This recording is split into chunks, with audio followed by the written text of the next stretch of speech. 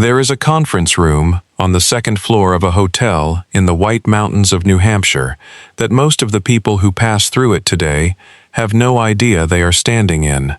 In July of 1944, while the outcome of a world war was still not fully decided, 730 delegates from 44 countries filled that room and the corridors around it for 3 weeks, arguing over a set of rules that would decide how every dollar, pound, franc, and yen in the post-war world would relate to a specific number, $35 for 1 ounce of gold.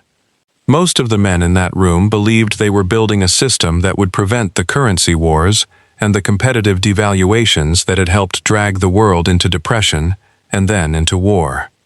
They were right about that. What almost none of them predicted was that the system would carry the seed of its own destruction inside its founding arithmetic, and that the seed would take 27 years to fully sprout. On a Sunday evening in August of 1971, a president who had never been especially interested in monetary policy stood in front of television cameras and, in language deliberately built to sound minor, ended it. He did not call it the end of anything. He called it a temporary measure. It has never been reversed. That broadcast is usually remembered, when it is remembered at all, as a footnote to an economically turbulent decade, a technical adjustment somewhere between the oil shocks and the wage freezes. That version is not wrong. It is incomplete.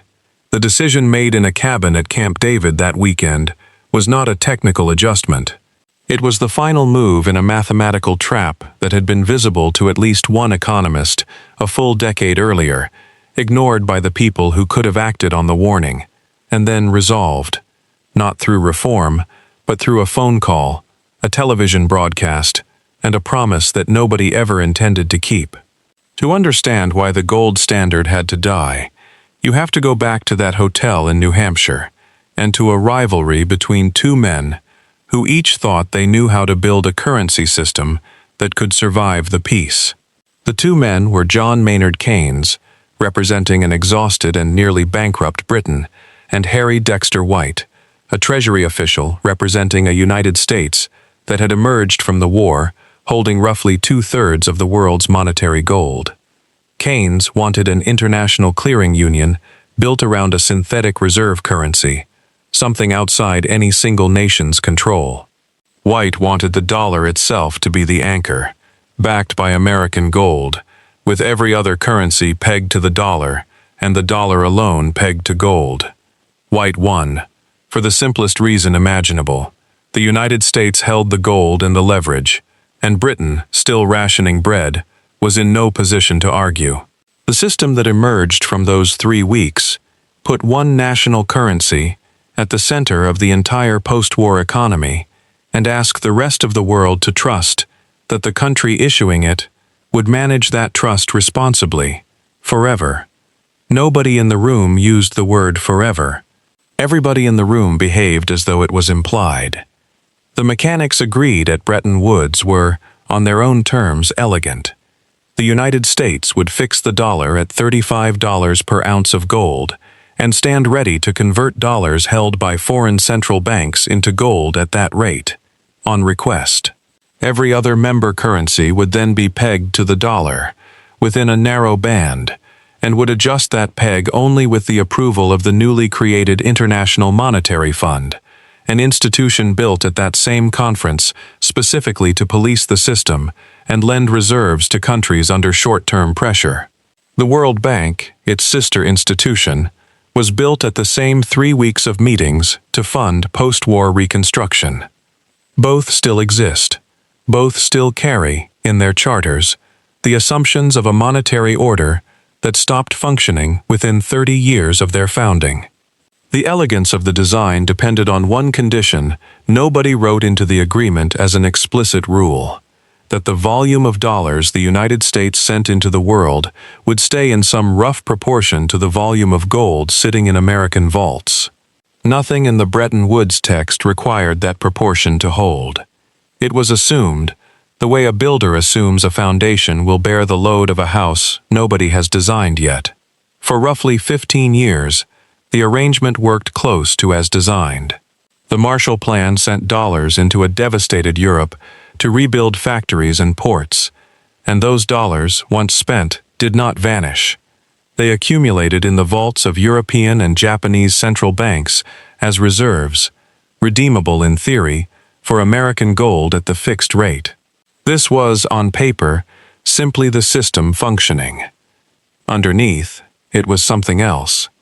The volume of dollars sitting in foreign hands was beginning, quietly, to exceed the volume of gold sitting in Fort Knox and the vaults of the New York Federal Reserve. Nobody had built a mechanism to stop that gap from widening.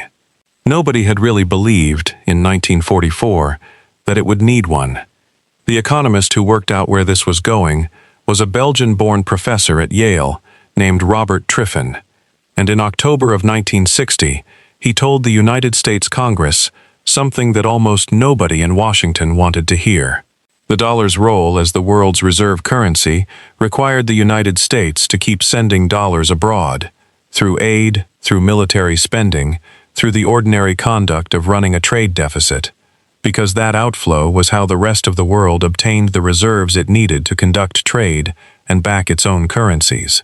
But every dollar sent abroad was, in principle, a claim on American gold. The longer the system succeeded at supplying the world with dollars, the faster it undermined the credibility of the promise that stood behind every one of those dollars. Confidence and liquidity were pulling in opposite directions, and there was no point on the graph where both could be satisfied indefinitely. It became known as the Triffin Dilemma, and it is one of the few economic warnings in the 20th century that was published, publicly stated to lawmakers, widely discussed among specialists, and then substantially ignored by the people with the authority to act on it.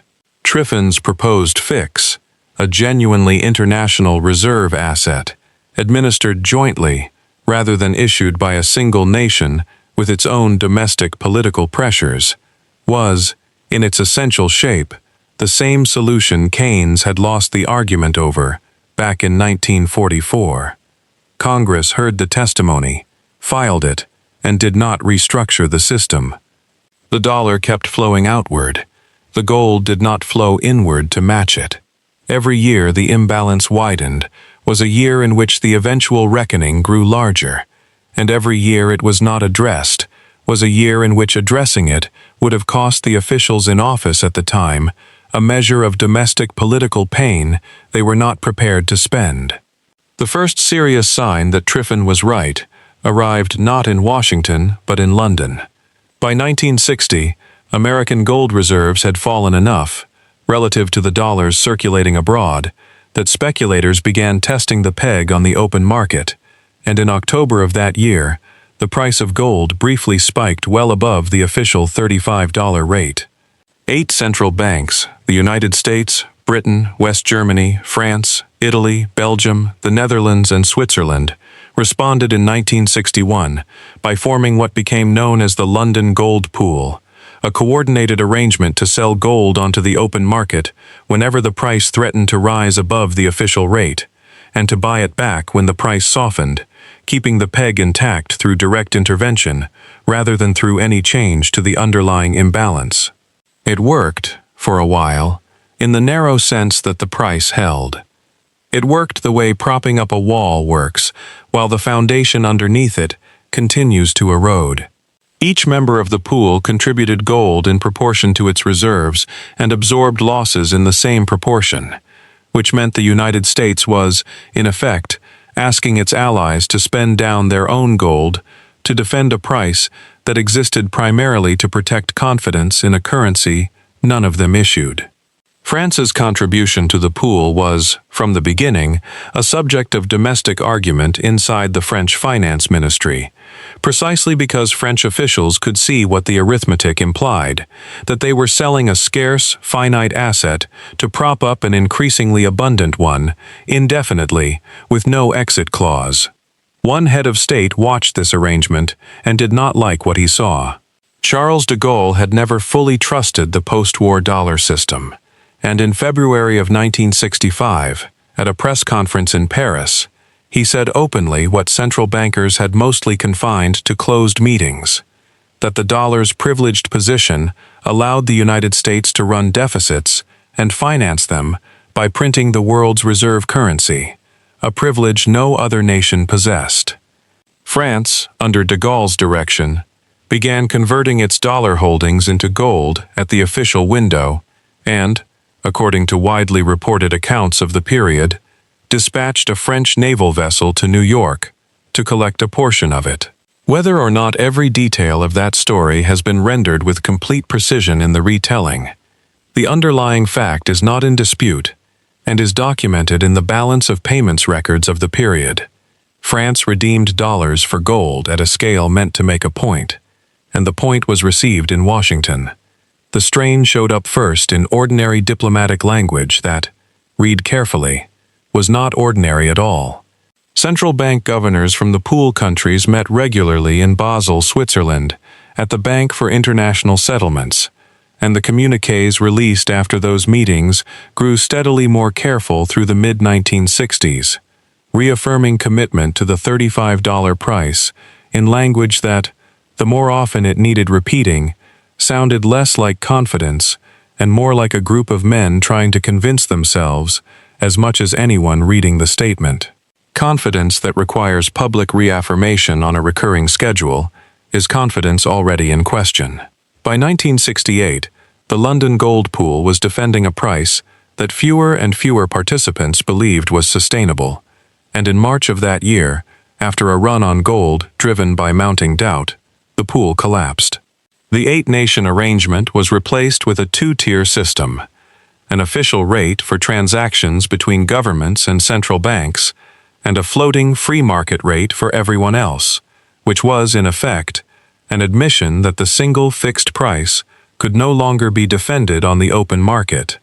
The gold standard, as most people understood the phrase, had already stopped functioning for private citizens and traders 3 years before Nixon's broadcast. What remained after 1968 was a narrower and more fragile arrangement, a promise made only to other governments that the United States would still redeem their dollars for gold at $35 an ounce on request. By the summer of 1971, that promise had become close to impossible to keep. American gold reserves stood at roughly $10 billion. Foreign-held dollar liabilities, the total claims that other governments could, in theory, present at the window, stood at roughly $80 billion. The ratio had inverted from the position of overwhelming strength the United States held in 1944 to a position in which the country could not have honored even a modest fraction of its outstanding obligations if enough holders had chosen to ask at once. And in August of 1971, one of them did. Britain formally requested that a portion of its dollar reserves be converted to gold. It was a routine request, procedurally speaking. It landed on a system that had almost nothing left to give. On the 13th of August, 1971, 15 officials were summoned to Camp David for a weekend that had been planned in secrecy, tight enough that most of their own staffs did not know the real purpose of the meeting. President Richard Nixon presided. Treasury Secretary John Connally, a Texan with a gift for blunt political framing, argued forcefully for immediate and total action, close the gold window, impose a temporary surcharge on imports, freeze wages and prices to blunt the inflationary shock. Federal Reserve Chairman Arthur Burns, by most accounts of the weekend, argued against closing the window entirely, warning that it would be read around the world as a unilateral break of an American promise. Paul Volcker, then an Undersecretary of the Treasury for Monetary Affairs, and a man who would spend much of the following 2 decades managing the consequences of what was about to happen, helped draft the technical mechanics of the plan, even as he had reservations about parts of it. The debate ran through the weekend. Notes and later recollections from participants describe a group operating under real-time pressure, aware that financial markets would open in Asia within hours, and that any leak of the deliberations would trigger the exact run on the dollar they were trying to prevent. Connally's argument won, in part because it offered something the alternative did not: a single dramatic announcement that could be framed domestically as decisive action rather than as an admission of a decade of accumulated imbalance.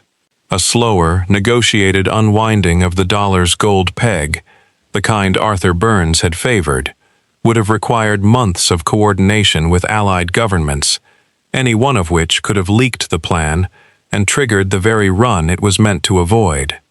Secrecy was not incidental to the decision. It was the mechanism that made unilateral action possible at all.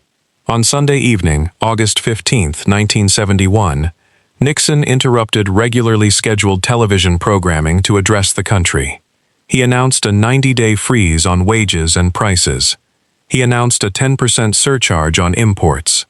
And, in a single sentence, delivered with the same flat cadence as the rest of the address, he announced that he had directed the Secretary of the Treasury to suspend, temporarily, the convertibility of the dollar into gold or other reserve assets, except in amounts and conditions determined to be in the interest of monetary stability. The word he used was temporarily. The measure has never been reversed, in this country or in any other, in the more than 5 decades since. The domestic reaction was calm and largely favorable. Stock markets rose the following day, and most Americans, whose daily transactions had nothing to do with international gold settlement, felt no immediate effect at all. The international reaction was different. Finance ministers from the major economies were, in effect, informed after the fact that a promise their reserves had been built on no longer held. When a delegation of European officials pressed John Connally on what the United States intended to do to manage the shock to their currencies, his answer, delivered without much diplomatic softening, communicated a position that would be quoted for decades afterward: that the dollar was the world's problem to manage, not America's; that the United States would set its policy in its own interest, and the rest of the world would need to adjust around it. It was not an apology. It was not intended to be. An attempt was made, 4 months later, to rebuild something resembling the old order. In December of 1971, representatives of the Group of 10 industrial nations met at the Smithsonian Institution in Washington and produced what Nixon himself, perhaps with more confidence than the moment warranted, called the most significant monetary agreement in the history of the world. The dollar was devalued against gold, from $35 an ounce to $38, and major currencies were realigned around it within a slightly wider band of permitted fluctuation. The Smithsonian Agreement held for just over a year. By February of 1973, it was already under renewed pressure, and in March of that year, the major currencies were allowed to float freely against one another, settling by market forces rather than by any fixed reference point at all. The system built at Bretton Woods in 1944 was not merely damaged by August of 1971. By the spring of 1973, it had ceased to exist in any meaningful form, and it has never been rebuilt. What replaced it was not chaos, and it was not, in any formal sense, a decision anyone voted on or ratified through treaty. It was a default outcome, a world of floating fiat currencies, each backed by nothing more than the credibility of the government that issued it, with the dollar continuing to function as the dominant reserve currency, out of sheer inertia and the absence of any agreed alternative. The French economy minister of the period, Valéry Giscard d'Estaing, had a phrase for the position this left the United States in as early as 1965, before the collapse was even complete. He called it an exorbitant privilege, the ability to run deficits and issue debt in a currency the rest of the world was still obligated to hold as reserves, without ever facing the currency crisis that would discipline any other nation running the same imbalances. That privilege did not disappear when gold convertibility ended. If anything, it expanded, because the discipline that gold convertibility had at least nominally imposed was now entirely gone. The people who paid the immediate price for the transition were not the officials who designed it.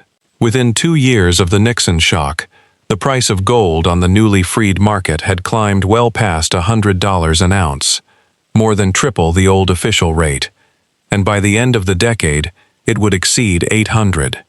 That climb was one measure of how much the dollar had actually been worth relative to a fixed store of value all along, once the fiction of $35 an ounce was allowed to dissolve. For an ordinary saver holding dollars in a bank account through the 1970s, the practical experience of that repricing was inflation. Consumer prices in the United States roughly doubled across the decade, while wages, for a large share of workers, did not keep pace.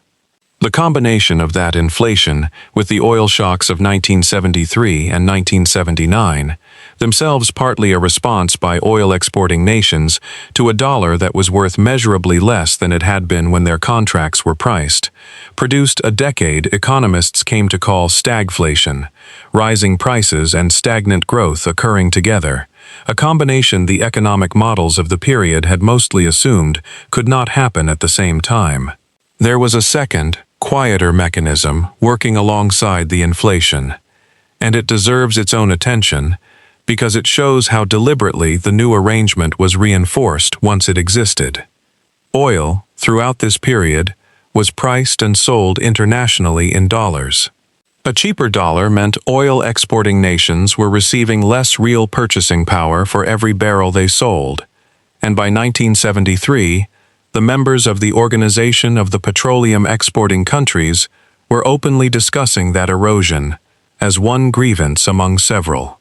In the years that followed, United States officials, most prominently Treasury Secretary William Simon, working with Secretary of State Henry Kissinger, negotiated an arrangement with Saudi Arabia under which the kingdom would continue pricing its oil exports in dollars and reinvest a substantial share of its oil revenue into United States Treasury securities, in exchange for military support and equipment.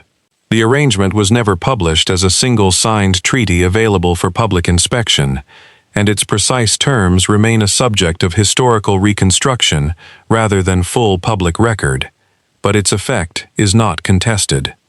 It created a structural demand for dollars that helped stabilize the currency's international position at the exact moment gold no longer could. The dollar's role as the world's reserve currency, in other words, was not simply inherited from 1944. It was actively re-engineered after 1971, through a second arrangement most of the public has never heard named. Here is where the story usually stops, in the version most people encounter. A difficult decade, followed eventually by recovery, followed by 4 more decades of a dollar-based financial system that most people alive today have never known an alternative to. That ending treats 1971 as a closed chapter. The documentary record does not support treating it that way, because the structure built in the aftermath of the gold window's closure did not disappear once inflation eased in the 1980s. It became the permanent architecture of the modern financial system, and the people who built that architecture were, without exception, protected from its costs in a way the public holding the currency was not. Consider what happened, specifically, to the men in that Camp David cabin. Richard Nixon resigned the presidency in August of 1974, 3 years to the month after the gold window closed. But he resigned over Watergate, a wholly separate matter, and he was granted a full pardon that ended any prospect of prosecution for anything connected to his administration, monetary policy included. He was never questioned, in any formal proceeding, about the decision to end gold convertibility, because no law had been broken in making it. The president's authority to suspend convertibility had been established by Congress decades earlier, and using that authority was, technically, entirely legal. John Connally left the Treasury within months of the announcement that made him briefly famous, ran for the Republican presidential nomination in 1980, lost badly, and was later appointed to a ceremonial post overseeing the country's bicentennial celebrations before returning to private business in Texas, where a separate real estate collapse in the 1980s cost him his personal fortune and forced him into bankruptcy. A financial reversal connected to oil and property markets, not to any accounting for 1971. He died in 1993, having never faced so much as a congressional censure for the decision he had pushed hardest to make.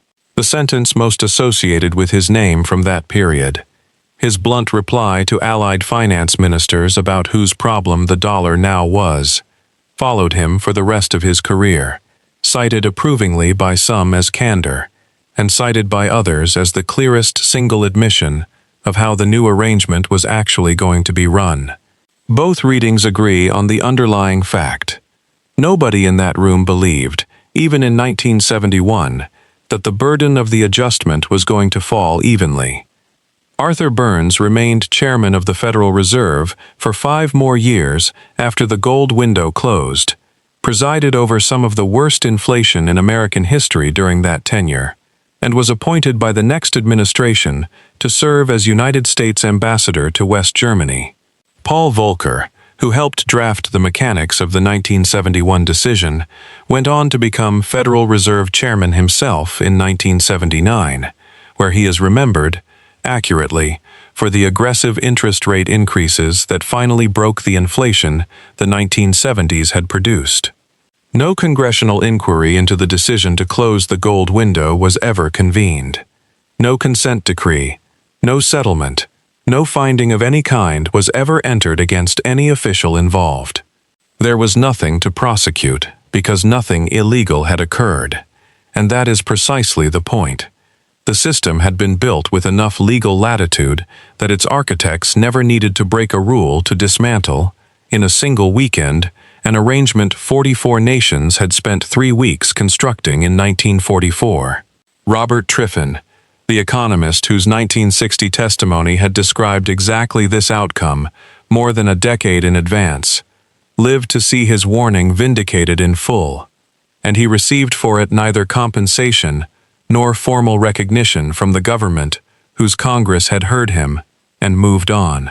He continued teaching and writing about international monetary reform for another 2 decades, arguing into the 1980s for a genuine international reserve currency along the lines Keynes had proposed at Bretton Woods, and the world's major economies never adopted it. He is remembered today primarily inside academic economics, not in the popular account of how the post-war monetary order actually ended, despite having named the mechanism of its ending before most of the men who executed it had reached the offices from which they would do so. The institutions that gained the most from the new arrangement were not sitting at Camp David that weekend, and their gains were never subject to any review at all. Once currencies floated freely and gold no longer constrained the supply of dollars, the volume of credit the global financial system could create expanded by an order of magnitude the fixed-rate era had never permitted, and the bank's position to originate, trade, and hold that expanding credit. First through the euro-dollar markets that had already been growing offshore since the 1960s, and then through the domestic and international lending boom of the following decades, profited from a structural shift in the financial system's basic operating rules that no shareholder vote, no public referendum, and no legislative debate had ever explicitly authorized. The debt of the United States government itself is one of the clearest measures of what changed. At the moment Nixon closed the gold window, the national debt stood at roughly $400 billion, a figure gold convertibility had at least nominally helped restrain. Within the following 5 decades, freed from any requirement to be redeemable in a fixed quantity of anything, that figure crossed $30 trillion. Nobody who benefited from the credit expansion that accompanied that growth was ever asked to answer for the inflation that eroded the value of every dollar held by people who were not positioned to hold assets instead. That is the asymmetry the standard version of this story leaves out. The people who held cash and modest savings through the 1970s watched roughly a third of its purchasing power disappear inside a decade. The people who held real estate, equities, and other hard assets, disproportionately the institutions and individuals already positioned in those markets before 1971, watched the same inflation that eroded savings inflate the nominal value of what they owned. The dollar's devaluation was not a random weather event that struck everyone equally. It redistributed wealth from the people who had trusted the currency, in the most literal sense of holding it, toward the people who had never trusted it enough to hold very much of it in the first place. There is a version of what happened at Camp David that treats it as an emergency response to an impossible situation, forced by circumstances no single administration had created. That version is not wrong.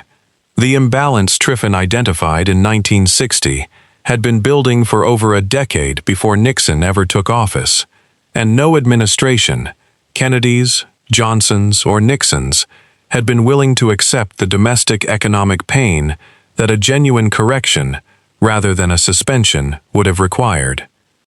But an emergency response chosen from among several available options is still a choice, made by named people in a specific room on a specific weekend, and the option they chose was the one that protected the domestic political calendar and the position of the dollar's issuers at the direct expense of every government and every private citizen, at home and abroad, who had taken the original promise of $35 an ounce at its word. The structure built in that cabin has not been dismantled. It has been reinforced. Every currency in active global use today, without exception, is a fiat currency, a promise backed by the issuing government's credibility, and nothing convertible beyond it. The exact arrangement that a majority of the delegates at Bretton Woods, in 1944, explicitly tried to prevent by anchoring the system to gold in the first place.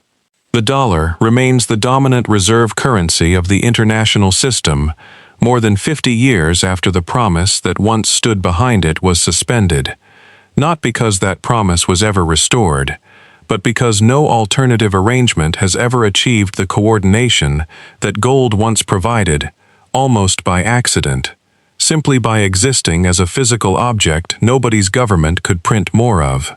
Every time the Federal Reserve expands the money supply, every time the United States finances a deficit by issuing more debt denominated in its own currency, it is operating inside the room Nixon, Connally, and Burns built on that August weekend, a room with no ceiling, because the one ceiling the system had ever possessed was removed, deliberately, and never put back. None of this required a conspiracy in the sense the word usually carries. No single document exists in which a group of officials sat down and voted to build a permanent system for transferring wealth from savers to asset holders. What existed instead was a series of individually defensible decisions: defend the peg, then abandon the peg, then devalue once, then let the currency float, then strike a deal with an oil producer to keep the deal's beneficiary from asking uncomfortable questions about the dollar's remaining value, each one made by named people responding to the immediate pressure in front of them, none of them required by law to weigh the cumulative effect on someone holding a savings account in Ohio or a pension fund in Manchester. That is, in fact, the more disturbing version of the story, not the less disturbing one. It did not take a cabal. It took a sequence of individually rational choices by people protected from the consequences of any single one of them, compounding for 5 decades into an arrangement nobody voted for and nobody can now vote to undo, because there is no longer a fixed alternative on the other side of the choice to return to. That is the architecture underneath the headlines about interest rates, inflation, and government debt that most people scroll past without connecting to any single decision at all. It did not arrive as an accident of history. It arrived because a small number of named men, meeting under conditions of considerable secrecy, chose to protect the position of the country issuing the world's reserve currency over the promise that currency had been built on, and because the system that decision created turned out to concentrate its benefits and disperse its costs so effectively that, more than 50 years later, most of the people living inside it have never been told the room where it happened had a name, a date, and a guest list. Systems rarely announce the moment they change forever. They announce a temporary measure, on a Sunday evening, and then simply never bring the old arrangement back. What is still running today began exactly there. If you made it this far, you now know something that took most people a great deal longer to work out, if they ever did. That the money in your pocket has not been anchored to anything but confidence since a weekend in August of 1971, and that the confidence itself was manufactured, deliberately, by men who are named in the historical record and who were never asked to answer for what they built. Drop a single word in the comments if you caught it. Gold, so I know you stayed for the whole story, not just the headline. This channel exists to trace the financial decisions that get left out of the version of history most people are taught, the ones made in rooms nobody was allowed to film, that are still shaping what your money is worth today. If that is worth your time, the way to see the next one is to subscribe, because these take a genuinely long time to research properly, and the support is what keeps this kind of work possible. Thank you for staying until the end.